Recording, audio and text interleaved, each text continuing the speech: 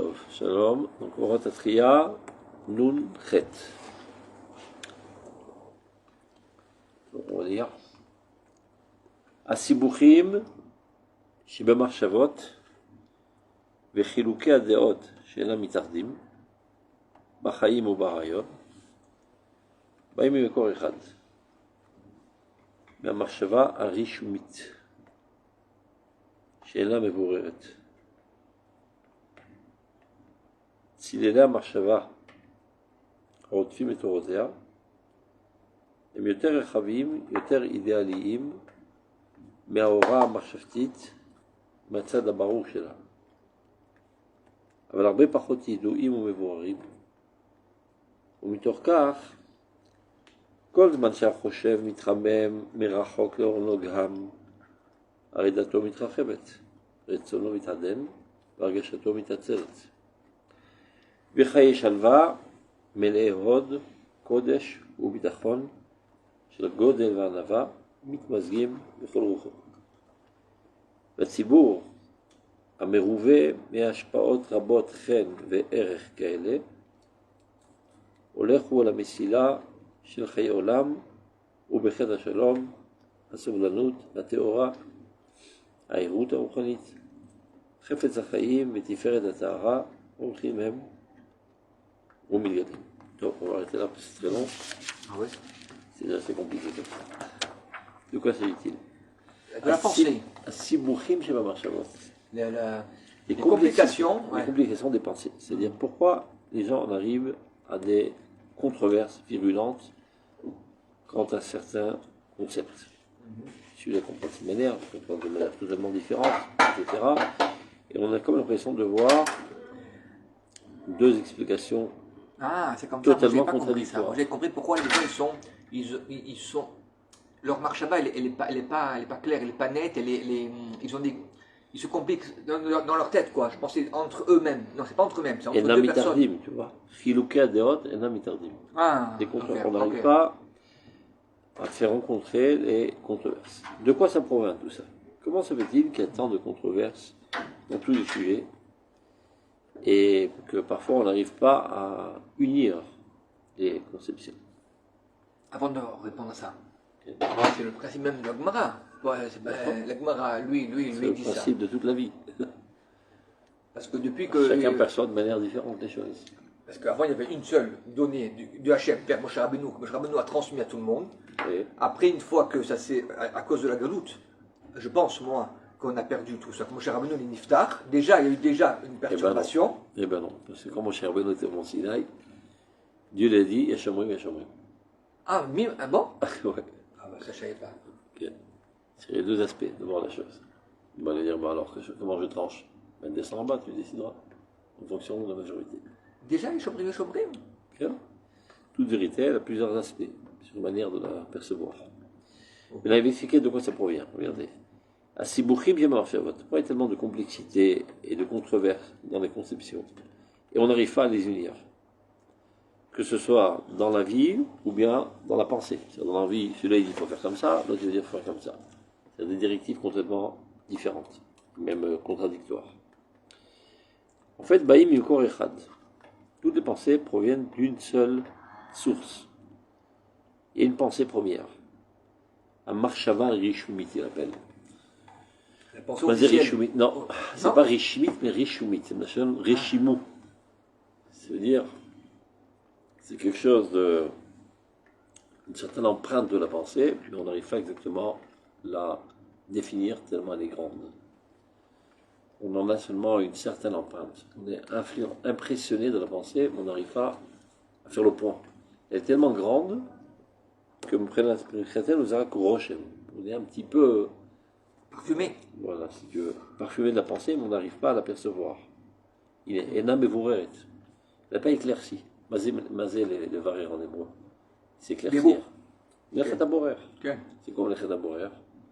Enlever le mal du bien. C'est-à-dire faire un tri. Donc quand tu définis une pensée, tu dis cette pensée, telles sont les limites de cette pensée, en dehors de ça, c'est une autre pensée. Comme un ensemble en mathématiques. L'ensemble A, de moins A, moins 8 à plus 15. Qu'est-ce que ça veut dire? Pas moins 9, pas plus 16. Chaque pensée doit être mévoreret. toute étude qui n'est pas Mevorette ne vaut rien du tout. C'est-à-dire, quand tu lis, par exemple, la Chita de Tosfot, il ne suffit pas de dire qu'est-ce qu'il dit, il faut comprendre qu'est-ce qu'il ne dit pas. Il vient faire la négation de quoi? Oui. Sur quel point il n'est pas d'accord? Si ça, tu n'as pas compris, tu n'as pas compris Tosfot. Qu'est-ce qui vient exclure? Eh bien, cette pensée est tellement grandiose qu'on ne peut pas arriver à ce niveau de birour, de définition exacte. Et alors, il ne reste que s'il est l'air Marshava. Mais le Marshava, il n'y a pas le Marshava global, mais ça dépend des domaines peut-être. Il y a des pensées tellement petites. Il n'y a pas de problème. C'est-à-dire comment, je sais pas, comment fabriquer un balai, il n'y a pas tellement de controverses. Mais quand on parle de choses grandioses, d'idéaux très très très très grandioses, c'est difficile de définir exactement de quoi il s'agit. Okay. Comme si, par exemple, je te dis, tu crois à Triatamétim? Oui. Et tu peux m'expliquer exactement ce qu'est Triatamétim? Pas tout à fait. Comment ça va en lire? De quoi s'agit-il? J'y crois, j'y touche, j'en suis embaumé, j'en suis éclairé, ça me donne beaucoup d'espoir que la vie n'est pas finie, il y a une continuité, mais de quoi s'agit-il exactement? J'en sais rien. Et j'aurais pas de réponse à ça. D'accord. Est-ce que tu crois en Dieu? Oui. Tu es certain que Dieu existe? Sans aucun doute. Tu peux le définir? Non. C'est trop grand pour que ça puisse rentrer dans la tête. C'est pas parce que c'est trop petit que j'arrive pas à définir, parce que c'est trop grandiose, je n'ai pas les outils adéquats et c'est indéfinissable, tellement c'est grandiose. Donc il y a des pensées qui sont très grandes, et chacun perçoit une partielle de la pensée, la partielle qui lui est claire. Très souvent tu lis quelque chose, tu dis « Ah, ce texte il est clair ». En fait, tout est très clair, c'est ta tête qui est obscure. Et ça, parce que c'est un peu moins clair, c'est pour ça que tu l'as compris. C'est parce que c'est un peu plus accessible. C'est pour ça que tu l'as compris et ça te paraît clair. Et les choses qui sont bien plus grandes, à tes yeux c'est sombre, mais en fait c'est tellement luminant ou lumineux que tu n'y arrives plus à percevoir. Tu es hyper vu. C'est exactement le contraire de ton habitude de penser. Tu penses que les pensées bien définies, bien déterminées, ça c'est les pensées les plus grandes. Il y a des pensées troubles. C'est exactement le contraire. Les pensées grandioses et infinies sont impercevables, indéfinissables. Donc à nos yeux, elles nous paraissent être comme de l'ombre. Et ce qui est un peu moins lumineux, donc plus accessible à nos yeux, le mot, ça on appelle clair. Alors si l'on On est petit. Non, tu peux pas comprendre. C'est-à-dire que tu peux voir et percevoir la lumière du néon, mais tu ne peux pas voir la lumière du soleil. Tu mets les yeux droits dans le soleil, tu es aveuglé, tu dis tu n'y vois rien. Tu vois noir. Mais tu dis le soleil il est noir. Donc le soleil est très très très fort en lumière, mais tes yeux ne sont pas à même de percevoir cette lumière si forte. Donc même, il en a un concernant la lumière de la Marshava. Alors, s'il est là à Marshava, les ombres de la pensée, tu vois, les pensées ombragées, camouflées, avec un abat-jour, Arotfim et Torotea, tu vois, qui enveloppe la lumière de la pensée. Et Muter et Chavim, Muter et Alim, ce qui à tes yeux paraît être sombre, enveloppant la lumière, ne voyant plus la lumière, en fait, c'est une illusion optique. C'est ça ce qui est en fait le plus lumineux. Et qui te paraît donc le plus sombre, parce que tu n'es pas à même de le percevoir. Et Muter et Chavim, Muter et Alim sont bien plus larges, bien plus idéales. Mais à Aura Marchavtit, que la lumière intelligible, on va dire, ce que tu peux percevoir dans ton intelligence. Metzada Barour, ce qui te paraît être clair. Aval, Arbe Pachotidum Ivorim. Et c'est ça l'antagonisme, c'est ça le problème. Elles sont bien plus larges, bien plus grandes, bien plus lumineuses, etc. Mais à nos yeux, bien moins précises et claires. Rumi Torkar. De ce fait. Kol zman shachoshev mitramem merachok leonogam, aridato mitrachevet. Si quelqu'un ne fait que se réchauffer de loin à la lumière de cette pensée grandiose. Comme par exemple, il y a un foyer dans la cheminée très très fort. Si tu t'y approches, tu brûles. Pour en profiter, tu dois prendre un certain écart, alors ça te réchauffe. Tu en es trop loin, Tu vas trop loin, tu comprends plus. Eh ouais. tu cailles. Donc il faut trouver chacun sa proximité adéquate. Donc tant que, avec modestie, tu comprends que tu ne pourras jamais véritablement concevoir tout ce concept, percevoir, définir, éclairer. Et c'est pas pour autant que tu dis, comme je suis pas capable de définir, alors je laisse tomber. Non, je m'en réchauffe. Je m'en embaume de cette pensée, de cet idéal. Je ne le perçois pas totalement. Le peu que je perçois, ça me suffit pour me donner de la vitalité, de la motivation, du bien, etc. D'accord, donc là, la base de cette marche là-bas, c'est la Emouna, à mon avis. Parce que s'il n'y a pas cette base de Emouna, on ne peut même pas rester à ce stade-là de croire, de comprendre quelque chose. Je crois pas, je comprends pas, parce que c'est tellement grand, mais j'ai la Emouna, que ça existe, alors ça me suffit. Et il faut beaucoup de modestie. Il va parler d'une autre approche remplie d'orgueil. Aridato mitrachavet. Parce que si la pensée elle est bien plus grande que ta capacité de percevoir, et que constamment tu essayes de comprendre davantage, c'est comme ça que ton pli va aller en grandissant. C'est clair, non? Il y a une pensée qui fait, je sais pas, 100 km de large.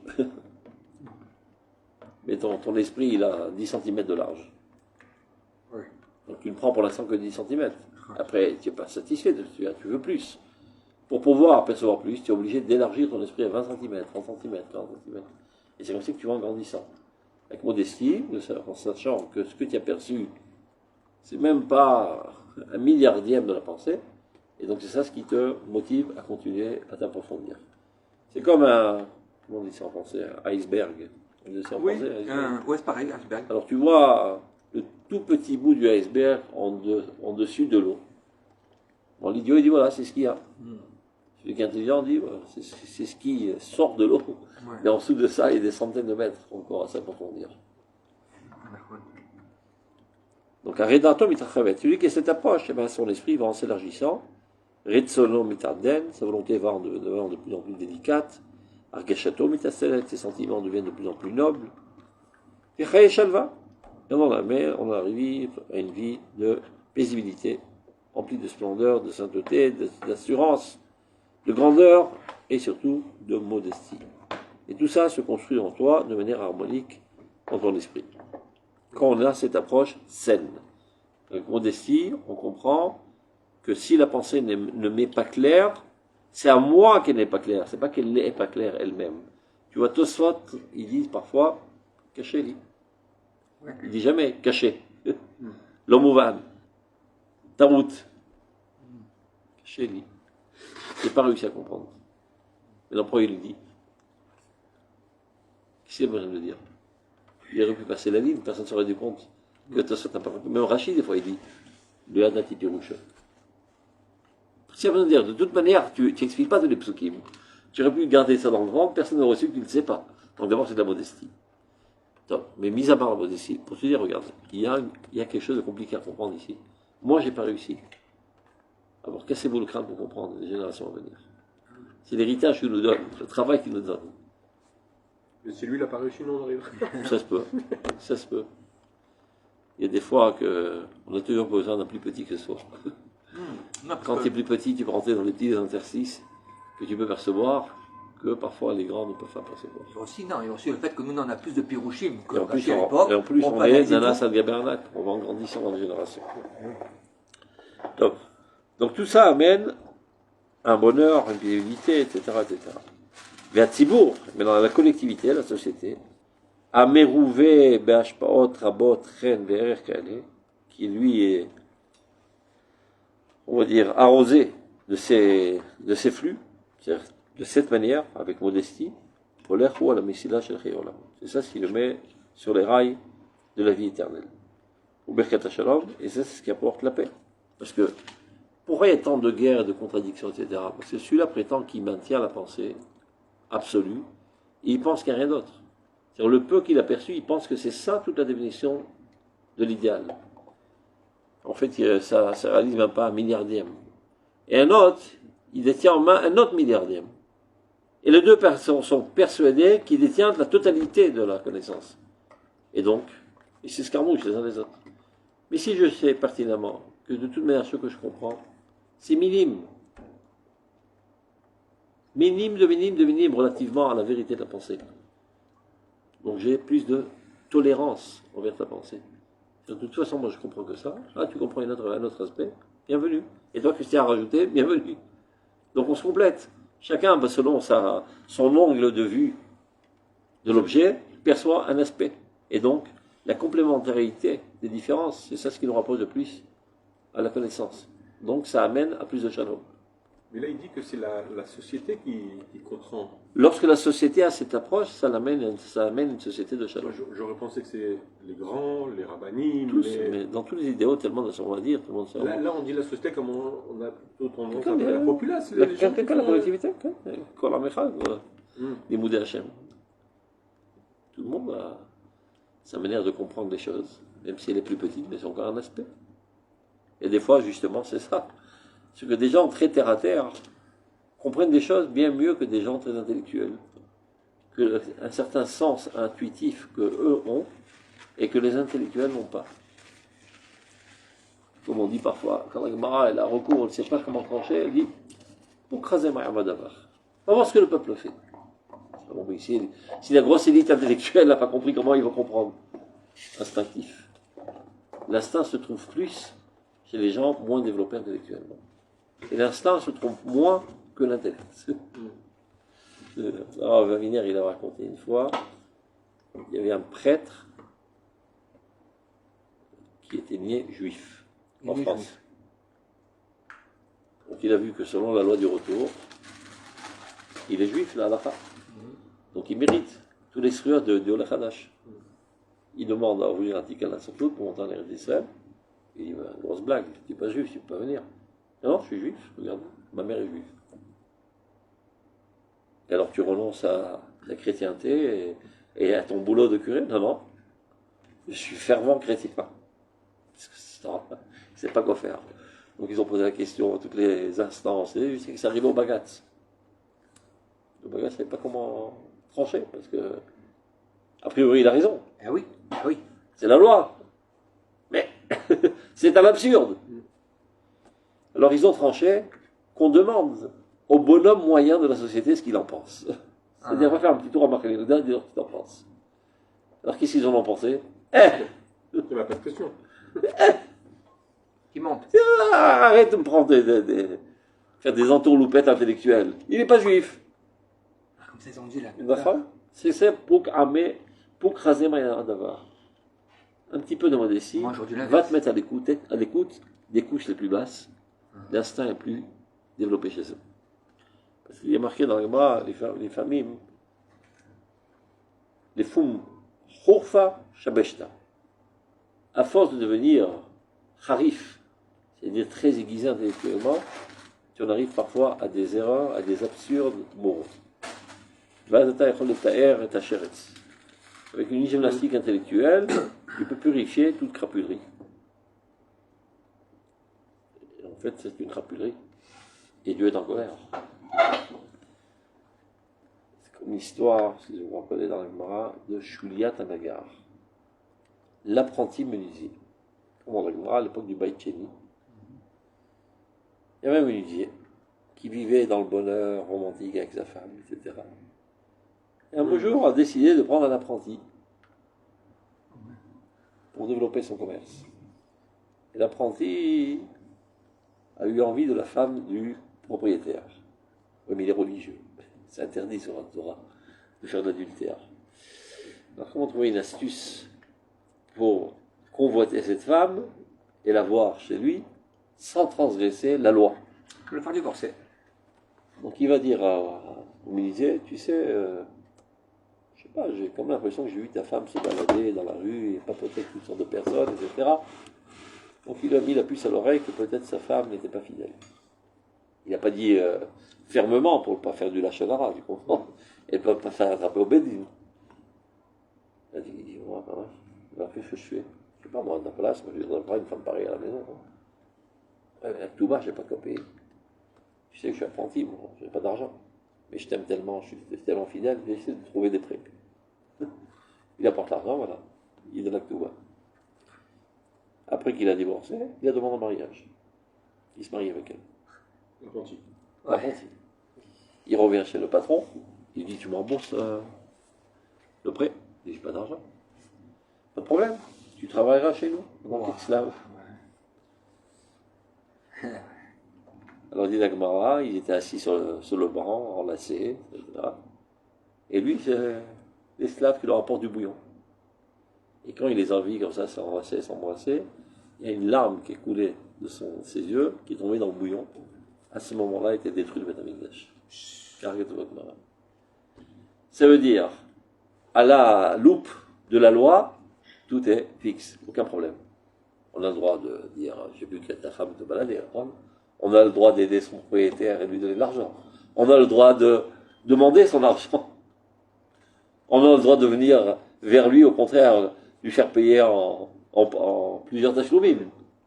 Tout est dans la loi. Mais c'est de la crapulerie camouflée dans la loi.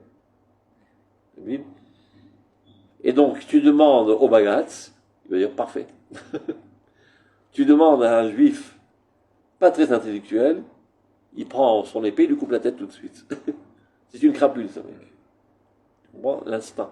L'instinct de la justice, parfois, est bien plus développé chez les moins intellectuels. C'est le peuple, ouais. Top. On continue. Tout ça pour dire qu'on a de quoi apprendre de toutes les couches de la société. Et aussi, eux aussi, on leur doit dire dans la Torah. Très souvent dans la moralité. Qui n'est pas moins de Torah, c'est l'essentiel de la Torah.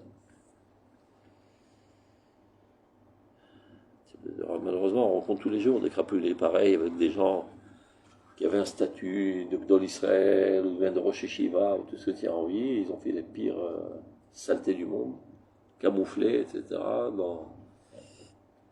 Bon, ça restait mi-août comme Baruch Hashem. Top. Donc, Bekitsour, tant qu'il y a cette approche de modestie et de comprendre que si la pensée ne nous est pas claire, le problème n'est pas dans la pensée, mais dans ma capacité de le capter, alors ceci développe plus de shalom dans la société. Perchet shalom, as-savlanut ha-teora.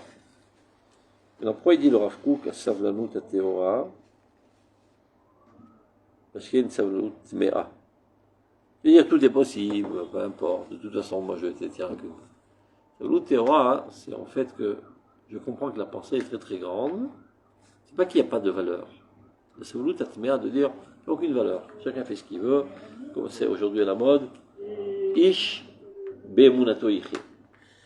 Ce passage n'existe pas. Il est marqué tzaddik be'emunato yichye, mais ils ont transformé. Ish be'emunato yichye. Il n'y a aucune valeur absolue, c'est le postmodernisme. Donc nous sommes très tolérants, tu vois. Chacun fait ce qu'il a envie, c'est parfait. C'est pour ça que le Rav Kook qui rajoute le mot théora. Sauf la noute. On croit tous qu'il y a des valeurs absolues. Le problème, c'est que nous ne percevons pas la totalité de ces valeurs absolues. Nous avons tous chacun une approche partielle. Donc avec beaucoup de modestie, je sais qu'il y a une valeur absolue. Moi, j'en détiens une partie, d'autres en détiennent une autre partie, et c'est ça ce qui nous amène à cette tolérance, à cette patience même, savlanout ou savlanout. Aïrout arouchanit, l'éveil spirituel, chefetz hachayim, le désir de la vie, betiferet datara, et la splendeur de la pureté. Olchim ou tout ça va grandissant dans la personnalité. Maintenant, on va voir l'envers de la médaille. Je sais que c'est une partie et que c'est pas quelque chose qui est mauvais. Qu'est-ce qui n'est pas mauvais? Je n'ai pas compris.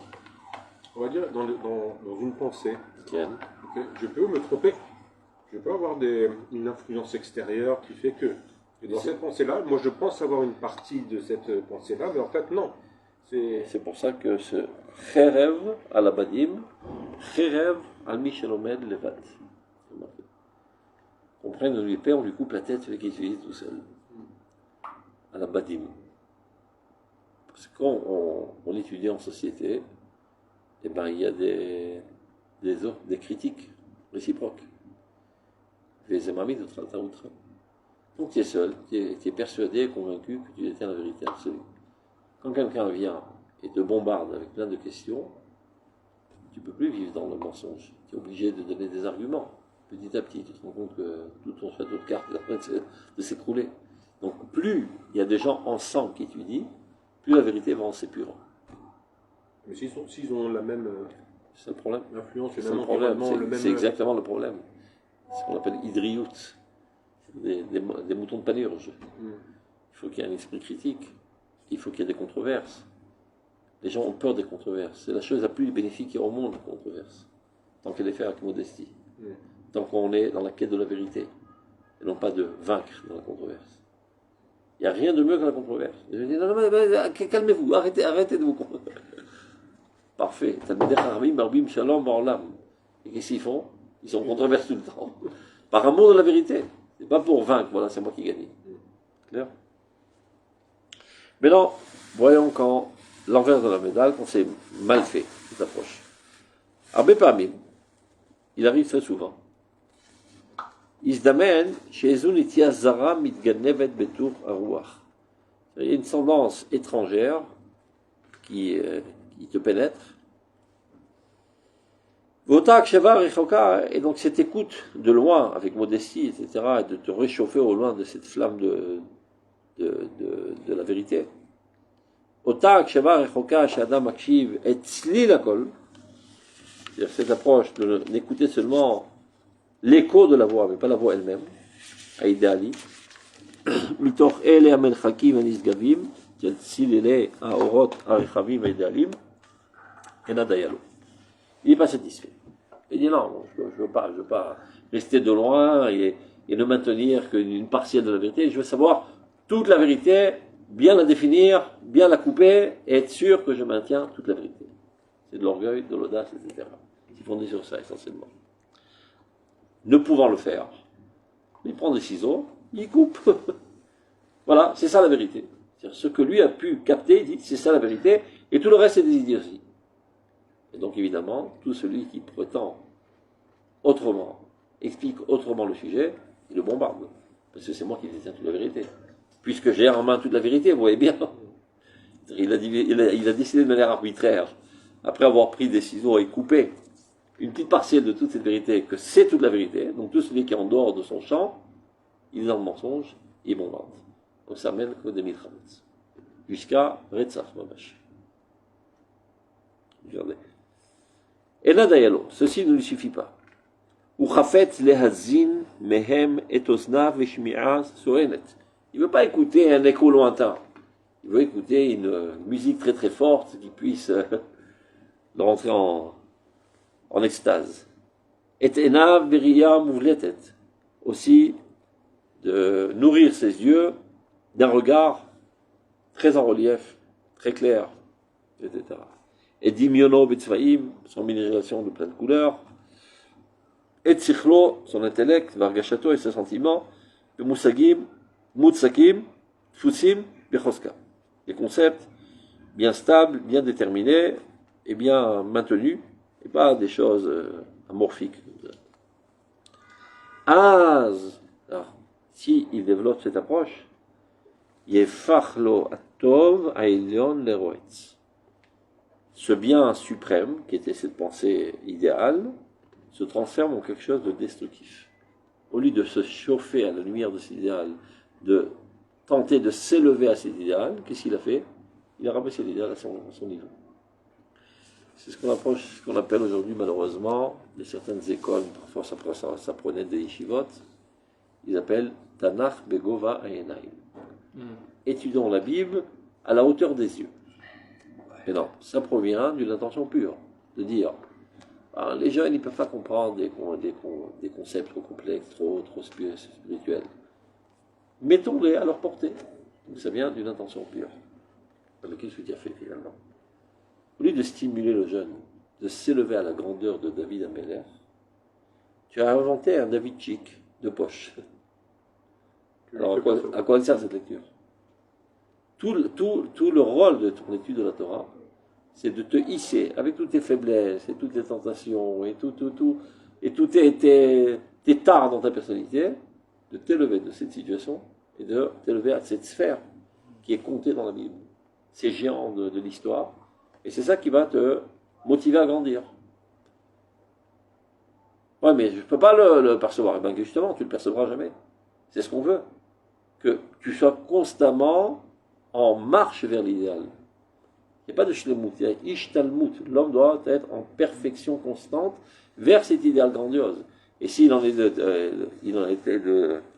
ainsi envers les personnages de la Bible, Alahad Kavakama, en verdure, qui lui est infini, Donc on dit Gaddelou la Shamiti, Unromwa Shavoyardam. Faites grandir avec moi Dieu, et nous nous élèverons vers lui. Qu'est-ce que c'est dire faire grandir Dieu? Lui, il est source de grandeur, c'est toi qui vas le grandir. Fais grandir tes conceptions de Dieu. Jusqu'à présent, tu percevais Dieu au niveau 1000. Donc, j'aspire à arriver à 1000. Alors, tu vas te rendre compte après quelques temps que Dieu n'est pas 1000, il est 100 000. Alors j'aspire à 100 000. Et je commence à grimper à 100 000. Quand tu arrives à 100 000 moins 1, ah, mais non, je vois plus loin. Dieu, il a 200 000. Et lui, il est infini. Donc il faut toujours faire grandir tes conceptions, et c'est ça qui te met en dynamique. Mais, pas moins, envers aussi des personnages du Tanakh. Alors tu peux dire, ouais, ils aiment bien Chachamim, arrondir les angles, enjoliver l'histoire. Mais David Ameler, c'est pas beau ce qu'il a fait. Hein. Tisrazal, quand leur mère David, Chata et Nolatoé. Quand leur mère Shlomo, Chata et Nolatoé. Bah si, elle a Nolatoé, alors pourquoi Dieu l'a puni? Rome, pour Chata. Mais pas tel que cela apparaît dans le pshat de la lecture. Pas à ton niveau de décadence morale et de le débauche. Va comprendre qu'elle était sa faute, et toi aussi ne fais pas cette faute. Mais positionne David à sa véritable dimension. Sans quoi, si vraiment tu penses que David était quelqu'un qui a osé faire de l'adultère, etc., tu as envie de lire son Télim. Toutes les vieilles femmes qui ont pleuré à chaudes larmes jusqu'à ce que leur lit de Télim a fondu, ne l'auraient jamais fait. On a affaire à un obsédé sexuel qui ne fait pas lire ses œuvres poétiques d'amour de Dieu. Et tu vois bien que Dieu lui-même dit qu'Avdi, David Avdi. David Avdi. Ben, il n'a pas vu Dieu qu'il a fait d'adultère. Donc Dieu, il voit qu'il n'y a pas d'adultère. C'est vrai. Okay. Donc tu es obligé de te casser le crâne pour comprendre, ne pas te laisser avoir par la description superficielle des choses. Tu veux dire, mais pourquoi la Torah nous rend dans des complexités pareilles? Ben, dis directement. Que tu comprennes que c'est une catastrophe. C'est-à-dire, à son niveau, c'est une catastrophe, comme si toi, tu avais fait ça un adultère. C'est comme ça qu'il faut comprendre. Okay. Il y en a qui n'aiment pas ça. Non. Fais-moi un truc compactique, qui rend ma approche accessible. C'est marqué. C'est marqué. Alors, ils prennent des jeunes, Haïr David, ils les mettent sur un balcon, avec un bon guide. Mais vous voyez, c'est là que s'est tenu David, quand il a vu la femme nue en train de prendre sa douche. Il en a été excité sexuellement et après il est allé coucher avec elle. Vache. C'est des religieux, etc. C'est des réformistes, non, c'est pas des religieux. C'est pas des religieux. Parce que.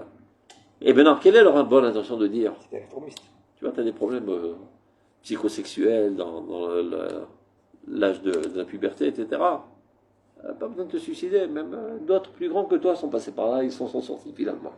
C'est ça leur intention a priori positive. Ouais, mais qu'est-ce qu'il y a gagné ça? Il a fait dégringoler David Ameler de milliards de kilomètres. Et Mashiach ben David. Mais c'est qui Mashiach ben David? C'est qui ce David là, Mashiach? Mashiach comme ça, j'en veux pas. Le fils d'un adultère, c'est quoi cette histoire-là? Donc c'est une approche totalement erronée qui ne fait que rabaisser la situation et ne fait pas grandir le peuple d'Israël. Donc c'est de ça qu'il parle là. Et il en vient même à vouloir définir Dieu. Spinoza, il dit. Selon ma conception, Dieu est obligé de faire ça. On est obligé de penser que Dieu est obligé de faire ça. C'est toi qui crée Dieu, ça peut te donner des directives, quoi faire, pas quoi faire, selon ta petitesse intellectuelle, de dire c'est incontournable. On est obligé de dire que Dieu fait de cette manière. Qui tu es donc? C'est toi qui donnes des ordres de comment faire, comment ne pas faire, sans quoi, c'est un absurde. C'est illogique. Mais on dit, Dieu il fait la Torah. Il fait la Torah. Mais tu comprends ce que ça veut dire. Il a fait Dieu met cette filine, mais tu comprends ce que tu veux dire. Est-ce qu'il met les filines? Oui. Est-ce que tu comprends? Non. Casse le crâne. Tu comprendras de moins en moins nul. Et c'est comme ça que tu grandis. C'est-à-dire tout ce qu'on dit à propos de Dieu, tous les adjectifs qualificatifs, en fait, ce sont des adjectifs négatifs. Quand tu dis Dieu est grand, tu veux dire Dieu n'est pas petit. C'est-à-dire qu'il n'a pas la faiblesse de la petitesse. Mais si tu parles de manière positive, Dieu est grand. Alors combien est grand? 10 km? 100 km? Marqué dans le Gemara, quelqu'un il s'est mis devant la Teva, il était Chazan, El Agadol, Gibor, Venora, Vanisga, Vatov. Il a fait une liste interminable d'adjectifs qualificatifs, de superlatifs de Dieu. Le jour qu'il est terminé, son rabbin dit c'est un petit ou les chiffrés de marée. Tu es terminé de faire toutes les louanges de Dieu? C'est où? Il n'y a plus rien? Si tu dis autant, donc tu veux dire que tu as fait le tout. Tu dis que 3. En fait, je ne devrais rien dire. Le mieux que je puisse faire, c'est de me fermer. Mais que puis-je faire? C'est lui qui m'a demandé de le décrire de cette manière par les prophètes. Donc je dis ce qu'on m'a obligé et je ne rajoute pas un seul mot. Donc tous les adjectifs qualificatifs et même superlatifs qu'on dit de Dieu, ils viennent que décrire la négation de la négation.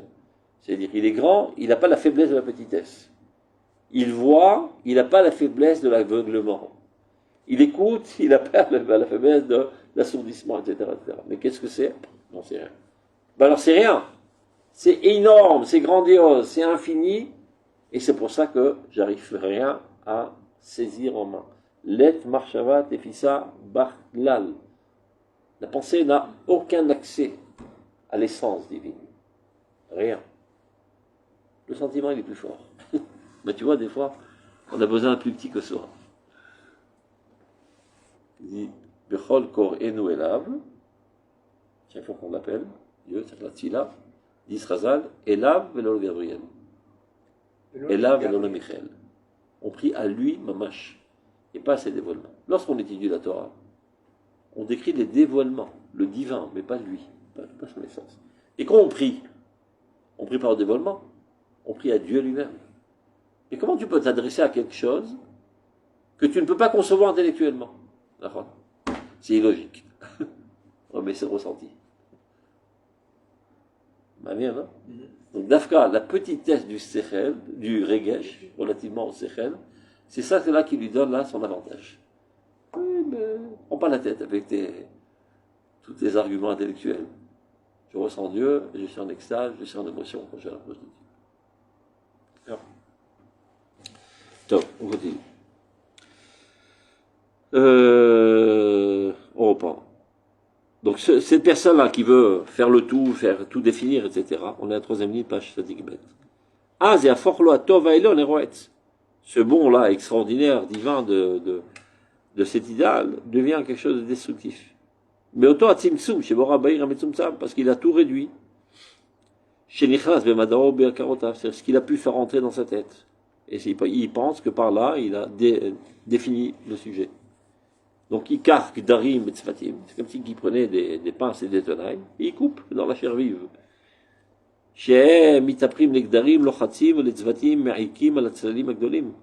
En fait, ce sont des pinces et des tenailles qui portent atteinte aux pensées les plus grandioses. Les négot à or rechokim rechavim, ces sentiments de lumière qui normalement sont censés être loin et larges de Zamitoch oto alachatz. Mais du fait qu'il a fait de la pression, il va l'être Chomar Shani, né en lui une chaleur emplie de fumée, Shel Esh Zara, d'un feu étranger, Mela Mamrurot, empli d'amertume, Chema Gdola Vesoeret, énormément de colère, de tonnerre, Kina Kaasanit Lengvul, Kina Kaasanit, c'est du fanatisme, en fait. Kanaïm. Fanatisme, c'est-à-dire ne supporte aucune pensée autre que la mienne. Et tout ce qui est autre que la mienne est voué à être détruit, avec beaucoup de colère. Kinaka sanit l'envul, l'ennachat, aucune paisibilité, ben shalom, évidemment, aucune paix. Ubim koma, tu fais, tu chauffes ou tu froid? Il fait froid. Ben là, tu fais encore plus Non, de au froid. contraire, il fait plus chaud dehors.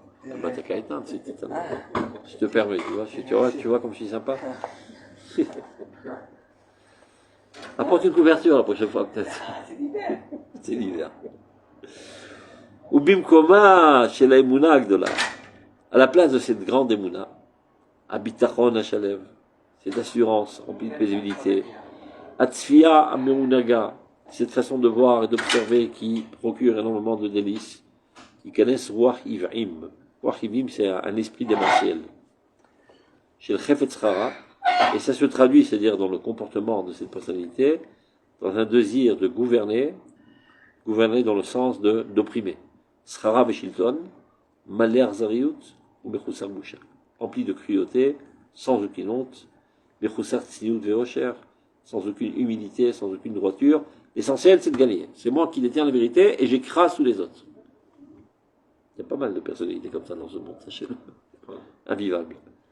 Vétigrotte et dirotte. Il est toujours en polémique, il a toujours son mot à dire, il est toujours en train d'être coléreux avec tout le monde. Il ne peut rien supporter qui est différent de sa conception à lui. Il s'aime beaucoup. Hein. Ou milchamot damim ivanu. Et ceci, évidemment, déclenche des guerres sanglantes. Beretzach, des assassinats. Vitoreva, et toutes les abominabilités, les choses les plus abominables. Isralou kenechashim. Tout ça va ramper comme des serpents, les marboïm qui sortiront de leur cachette. C'est-à-dire toutes les saletés de sa personnalité, et dans chacun de nous, au fond du baril, il y a pas mal de saletés qui viennent du fait qu'on est de la descendance des animaux, donc il reste encore des séquelles. Cette approche fait ressurgir toute cette animosité qui est en nous. Serpent venimeux. Bechol hod, les davei à faire. Très souvent, ils font ce jeu de mots, rachamim. Hod, c'est la splendeur. Davé, c'est la souffrance. Et c'est les mêmes lettres. Hod, davé. C'est-à-dire quelque chose qui réduit normalement te procurer de la grandeur, de la splendeur, etc., la connaissance de l'idéal. Chez toi, c'est transformé quelque chose de douloureux et c'est essentiellement qui crée de la douleur chez les autres. Ou ketumat anida, itame kol mitzamer beshem kodesh. Alors lui, il parle au nom de Dieu, évidemment. Pourquoi il est ici virulent et plein de colère? Parce qu'il vient défendre Dieu. Si ça n'en tenait qu'à moi, je me serais écrasé. Mais là, c'est pour la religion, c'est pour l'idéal, c'est pour le principe, etc., etc. Et donc, il pense être empli de sainteté, en fait, il est impur comme la Nida. Nida, c'est Merouchak, il est loin de Dieu. Et cette approche ne fait que recouvrir le monde d'obscurité, Varafel, Omim, et toutes les nations de nuée. Ou mitor, me'ouf, tsarazou, mais ouf, dans le Makor, là-bas, c'est dire obscurité. Dans le Navi. Mitro Mehmet, là. Maintenant, dans toute cette ambiance, c'est ce qu'il veut dire. Parce qu'en fait, c'est toutes les nations qui sont comme ça. Ils veulent saisir Dieu à tel point que ils ont transformé Dieu en une image ou bien une sculpture. Jésus. Ça veut parler de Dieu infini, tout ça, c'est pas vivable, ça. Il n'y a pas un Dieu qu'on puisse toucher. Il y avait quelqu'un, j'ai oublié son nom, un philosophe. Il en parlait tout souvent, il en rigolait un petit peu. Au début, il était juif. Après, il s'est converti au christianisme. Après, il s'est converti au protestantisme. Alors, il a dit, mais qu'est-ce que tu fais? Alors, tu fais du commerce de religion, tu passes de la note, c'est quoi cette histoire? Il a rigolé. Après, il dit, regardez, quand j'étais juif, je savais que je ne voyais pas Dieu, mais que lui me voyait. Après, je suis devenu chrétien. Alors là, je voyais Dieu, mais je savais pertinemment que lui ne me voyait pas. Après, je suis devenu protestant, ni je le vois, ni il me voit. Il n'y a pas d'idole chez eux, les protestants. Dans nos églises, il n'y a pas le croisé, là. Donc, toute cette ambiance obscure, dit le Rav Kook, Mitromem et là à Mishpacha Giona, s'élève et submerge cette famille géniale, le peuple d'Israël. Begout Kodesh. Non, Geout, c'est pas Gava. Gava, c'est une connotation négative. Geout, c'est une suprématie. Hachem Malach Geout Lavesh. On ne veut pas dire que Dieu est orgueilleux. Il est tellement grandiose qu'il surplombe tout. Et du fait qu'il est grandiose, donc il peut s'occuper de tous et procurer le bien à tous. Sa grandeur fait, sa grandeur lui permet de se rabaisser à tout le monde, aux plus petits insectes et de les faire vivre. Et c'est ça le rôle du peuple d'Israël, à l'image de Dieu. On est plus élevé que tout le monde, et alors, pour les opprimer, non, on a la capacité d'aider tout le monde, d'amener tout le monde à cette lumière. Donc, dans cette ambiance obscure, ténébreuse, voilà que submerge cette famille géniale, avec une suprématie sainte. Amishpacha, cette famille-là, Shapedut Vape'er Imenat Goala, qui a comme sort la délivrance et la splendeur. Amishpacha Shenachalata Amuka avec de là, qui a un héritage profond et grandiose, héritage de Dieu, de la Torah. Hachi Beatzma, Logamra Dain et Kol Isaglut Adrusha, Legdulat Ishmata. C'est-à-dire, elle est tellement grandiose, cette famille, qu'elle-même n'est pas arrivée encore à faire le point de sa grandeur. C'est-à-dire, on n'est pas conscient de notre grandeur. On est tellement grand que, tout en creusant et en creusant et en creusant, essayant de chercher qui on est encore très loin du compte. אומר הרב קוק, אי אפשר להגדיר את ישראל, כמו שאי אפשר להגדיר את האלוקות. המשפחה, cette famille, אשר יצאה מבית עבדים, qui est sortie de la maison d'esclavage en Égypte, ומצפה לאור שעה ולאור עולם, et qui veut faire apparaître la lumière aussi bien dans ce monde-ci que dans le monde éternel. C'est-à-dire, nous, on n'aspire pas au monde céleste seulement, mais faire apparaître le bien et la lumière dans le monde actuel. Les chirut aneshama vechut agouf, ça va de pair. La délivrance de l'âme de toutes les sales tendances, vechut agouf, la santé, la réussite corporelle, matérielle, etc. Veshavayil mekora. Et voilà que maintenant, cette famille-là retourne à sa source. Comment qu'elle retourne à sa source? Shava el Haaretz. Elle retourne en Eretz Israël. Et donc là, elle va repousser à nouveau, avec toutes ses capacités. Shikula margeshet ba et zgulat re'ea. Et cette nation, cette famille, ressent en elle, dans cette terre, zgulat re'ea, ce qui est capable de mettre en évidence sa vie, de mettre à l'œuvre sa potentialité. C'est-à-dire, ce plan de ville est finalement replanté dans ce terreau agricole adéquat qui va pouvoir donner ses raisins et son vin, qui est la prophétie. Mistagelati l'akshava adina, et alors elle commence à s'accommoder, on va dire, à cette écoute délicate, pas une écoute qui veut tout comprendre, tout voir, mais avec beaucoup de modestie, écouter de loin, les tzlilim elyonim, des musiques lointaines et suprêmes. Baïm vetassim orlamim voim venetzalim, qui le proviennent des mondes les plus supérieurs. Et elle est conscient qu'elle ne peut pas tout appréhender, tout comprendre, tout percevoir, tout définir. Asher kol had vehad mekabel mem kefum shiora dile. Tu vois, chacun d'entre eux reçoit à sa mesure. Nodar b'sharim bala, sharim de shior. Chacun reçoit à sa mesure, et tout à chacun d'Israël perçoit une partielle de la vérité divine.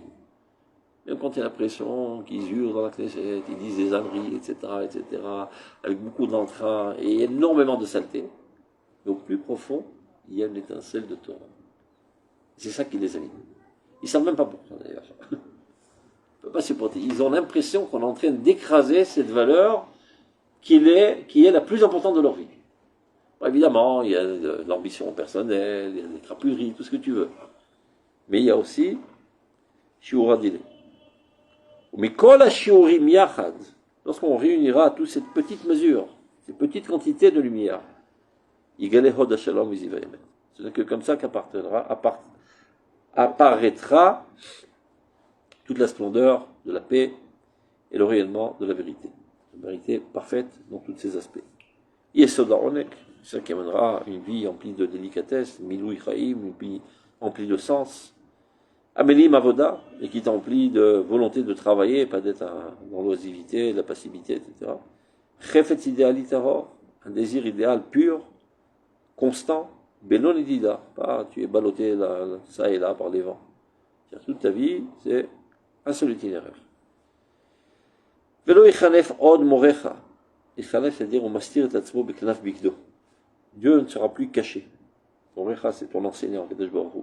Et alors, tes yeux verront véritablement le divin. C'est-à-dire, quand tu penses tout percevoir, tu ne vois plus rien. Quand tu es modeste, tu vois quelque chose. Alors tu commences à percevoir quelque chose de vrai. Dieu, c'est lui qui va maintenant gérer tous tes troupeaux, etc. Donc cette approche emplie de délicatesse et de noblesse, et englobe en elle toutes les différentes couches de la société, et toute force de travail, on ne met rien de côté, tous contribuent. C'est-à-dire la sainteté chez nous, C'est pas quelque chose qui se trouve seulement dans les cieux, c'est quelque chose qui pénètre totalement dans toute l'existence la plus concrète, la plus réelle. Ad kede dat nefesh behema, jusqu'à qu'elle pénètre même l'âme de l'animal. Ça reste pas seulement dans la cathédrale de l'université intellectuelle, ça pénètre toute la nation jusqu'au plus bas niveau de la nation, même au niveau de l'animal. Car où il a tzaddik, de manière adéquate au peuple rempli de justice, il rapporte un pasouk, Va'alafim va'ayarim ovde adama blil chamit yochelu asher ya'aseh Zoré, Barechet ou Bamizra. Qu'est-ce que ça veut dire ça? Alafim, c'est des bœufs, des bœufs. Ayarim, c'est les ânes, donc des animaux. Ovdadama, c'est des animaux qui travaillent la terre, c'est-à-dire ils tirent la charrue. Blil, Hamid, Siochelu, ils mangeront de la nourriture raffinée. Normalement, on leur donne du foin n'importe comment. Et ben non, c'est-à-dire tellement il va y avoir une élaboration, une sophistication du peuple d'Israël, à tel point que même les niveaux les plus bas, même les animaux, on se souciera de leur donner de la nourriture raffinée. La chéria, c'est brahat, c'est-à-dire qu'on va vanner, on enlève toutes les épluchures. Brahat ve mizra, c'est deux instruments agricoles, un qui vient avec une pelle enlever les satés, et l'autre qui, avec une fourche, envoie au vent et qui éparpille les... Tout ça pour dire que la délicatesse va tellement pénétrer le peuple d'Israël qu'elle arrivera même au plus bas niveau de l'existence. Même les animaux chez nous presque s'élèveront au niveau humain, à tel point qu'on leur donnera de la nourriture raffinée comme la nourriture des humains. Ça fait des années qu'ils ont commencé à donner ça aux animaux. Il parle même des animaux ou il parle des gens qui Il parle des gens qui